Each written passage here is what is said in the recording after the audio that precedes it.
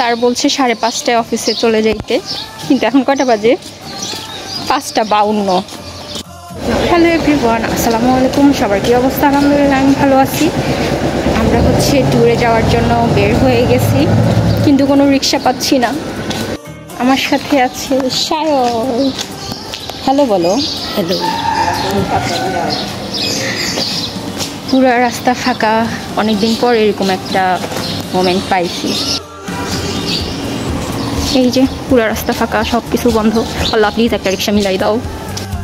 এরপর আমরা সবাই মিলে গাড়িতে উঠি, আর আমাদের গাড়ি ছাড়ে 6:30টার দিকে। এরপর আমাদের স্টুডেন্টদের সবাইকে আইডি কার্ড দিয়ে দেয়। ফাইনালি আমরা পাহাড়ের দেখা পাইলাম।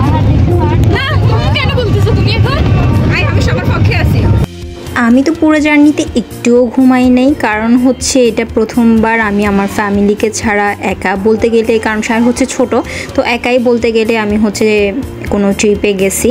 তো এই জন্য আমার একটুও ঘুম আসে নাই, তাই পুরো ভিউটা এনজয় করছি। আর যেহেতু অনেক বেশি মেয়েরা আমরা হাইসে ছিলাম, তো আমরা সবাই মিলে অনেক মজা করতে করতে গেছি।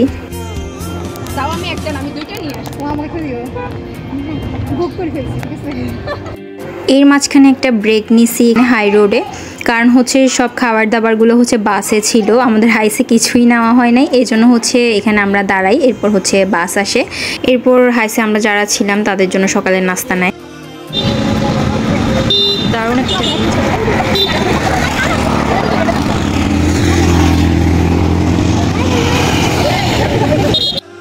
আমরা সকালে নাস্তা শেষ করছি। এই কলা তো খাই ফেলছি। রামগড়ের রাস্তাটাতে ঢুকার পর থেকেই একটু একটু বৃষ্টি হচ্ছিল। তো আমরা প্রথমে যাওয়ার সময় গেছিলাম রামগড়ের চা বাগান, সেটাতে নামছি আমরা। তো তখন একটু একটু বৃষ্টি হচ্ছিল। রাস্তার দুপাশেই চা বাগান, ভিউটা যে কি বলবো, এত দারুণ, আমি বলে বুঝাইতে পারবো না। নিজের চোখে না দেখলে কেউই বিশ্বাস করবে না, জায়গাটা এত দারুণ।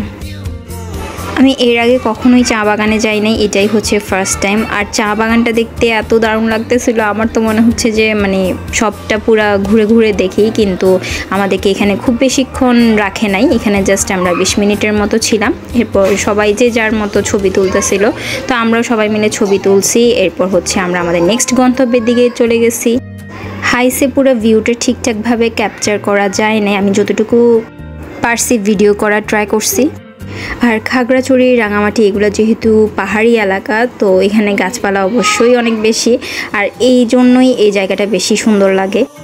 এরপর আমরা চলে গেলাম আমাদের নেক্সট গন্তব্যে, খাগড়াছড়ি হর্টিকালচার পার্কে। এখানে আমাদেরকে অনেকক্ষণ টাইম দিছে, কারণ পার্কটা অনেক বিশাল একটা পার্ক।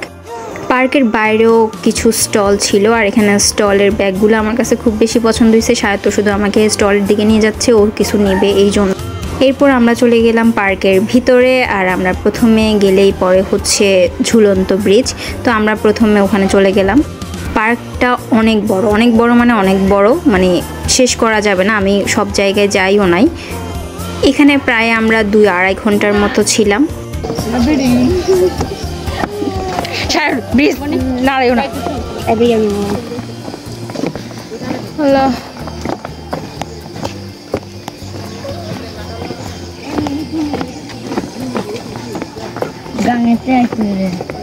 এখন যদি ব্রিজটা কোনোভাবে যদি ভেঙে পড়ে, তাহলে কি অবস্থা হবে? আর এই পার্কের সবচেয়ে সুন্দর যে ব্যাপারটা লাগছে সেটা ফুল গাছ, একটু পরপরই ফুল গাছ, এক এক ধরনের ফুল গাছ। আমার তো ফুল দেখলেই আর মাথা ঠিক থাকে না, ফুলের জন্য পুরো ভিউটা আরো বেশি সুন্দর লাগতেছিল আমার কাছে। ভাই প্রচুর গরম, গরমে অবস্থা পুরাই খারাপ। ভাই দেখা যাচ্ছে না কেন? কি অবস্থা তোমার? পিকনিকে আসবা? ভাই মাথার যতটা না ঘুরাচ্ছে তার চেয়ে বেশি এই ঝুলন্ত ব্রিজটার কারণে মাথা ঘুরাচ্ছে।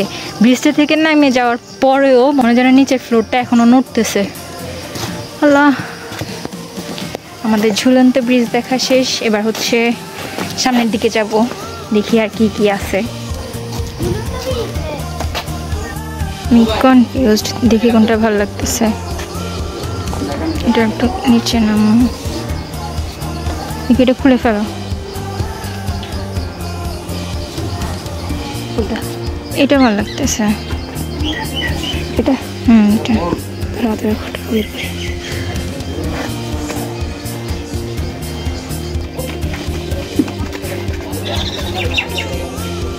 বড়গুলো 150 আর চিকনগুলো 100 টাকা না? কি দেখবো আর পাখির জন্য বসে গিয়েছিল বসে। এখানে আরও একটা সুন্দর ফুল আছে, যদিও আমি এটার নাম জানি না। আর এই যে আমার হাতে আরও একটা সুন্দর ফুল আছে,